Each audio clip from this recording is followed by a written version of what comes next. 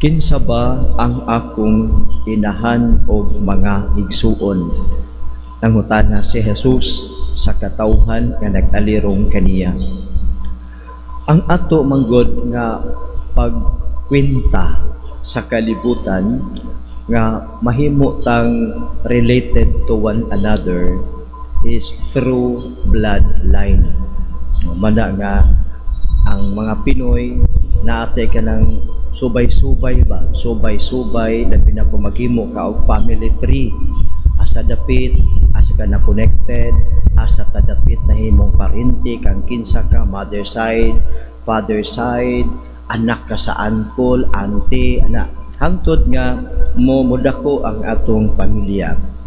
Mao na ang atong kasagaran nga basihan ang bloodline nato. Apan kung ang bloodline ang atong basihan, mahimo nga limitado nga kita magkabulag-bulag kay naaman mausab ang apelyido o napagkahuman na anak po makawala, dili na kita makasubay. Apan sa Ginoo, dili bloodline ang basihanan, kundi ang pagtuman sa kabubuton sa Dios. So, dinhi sa atong gospel karon, dili bot ipasabot ni Jesus nga iyang gi-minimize ang relationship niya ngadto kang Mama Mary o sa mga kaparentihan, bloodline relatives. Kundi buot niya ipasabot kanato nga ang pagkahimong sakop sa pamilya niya dili limitado sa bloodline, kundi ang qualification para mabilong ta sa iyang family, Jesus family, is doing what? Doing the will of God.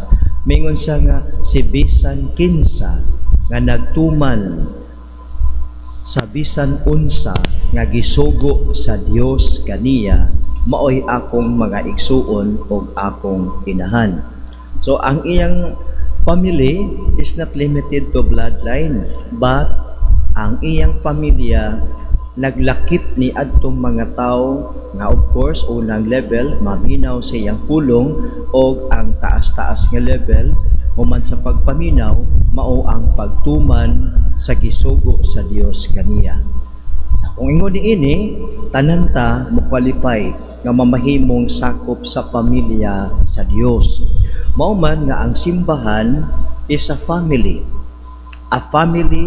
not by blood but by hearing, listening to the word of the Lord, and by doing what God wants us to do. So mao ni nga ang simbahan bisan di ta blood related, magtawganay ta og magilhanay nga managsuon. So kung mao ni diha kang Kristo nabilong ta sa iyang pamilya o kay nabilong ta sa iyang pamilya, ang matag usa magilhanay nga managsuon diha sa Ginoo. Wanang maingon ta brad, sis, o sister and brother and mother and father in the Lord. So kung ingon niini bisan dili kita blood related, but through and in the name of the Lord, we become one family.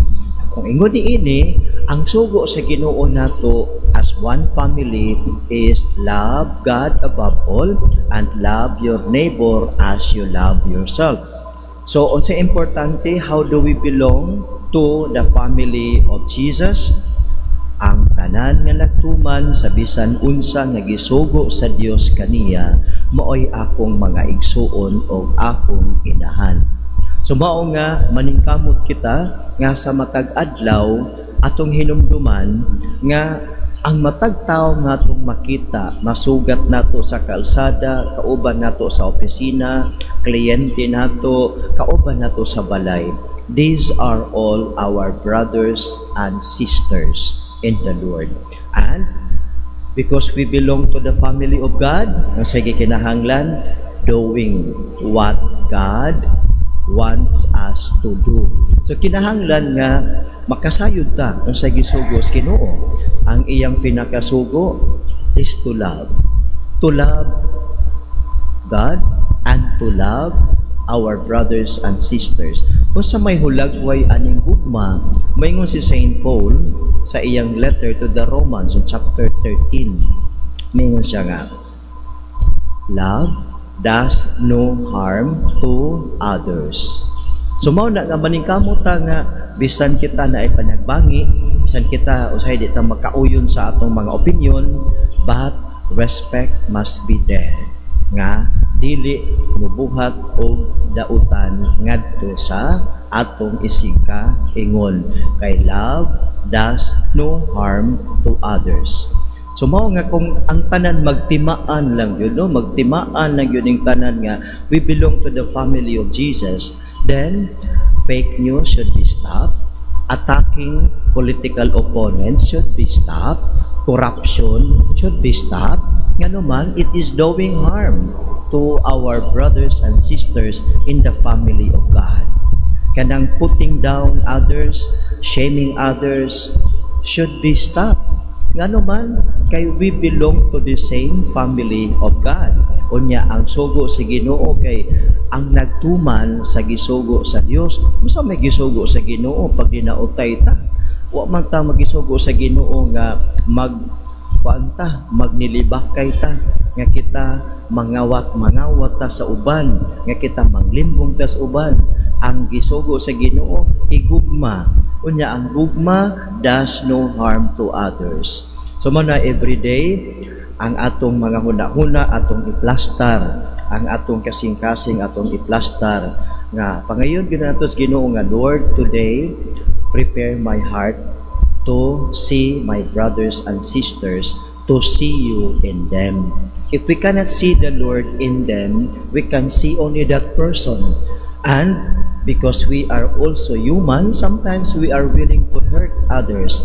But if we see Jesus in them, may ka nga, Lord, sorry kay gusto ro ba na ko na siya pasakitan karon, pero I see you, Lord, in him or in her. Pagkanindot nga, we see Jesus in the person of others. Manindot kitang talan, huwag ato ipadangat ang atong mga pangalian.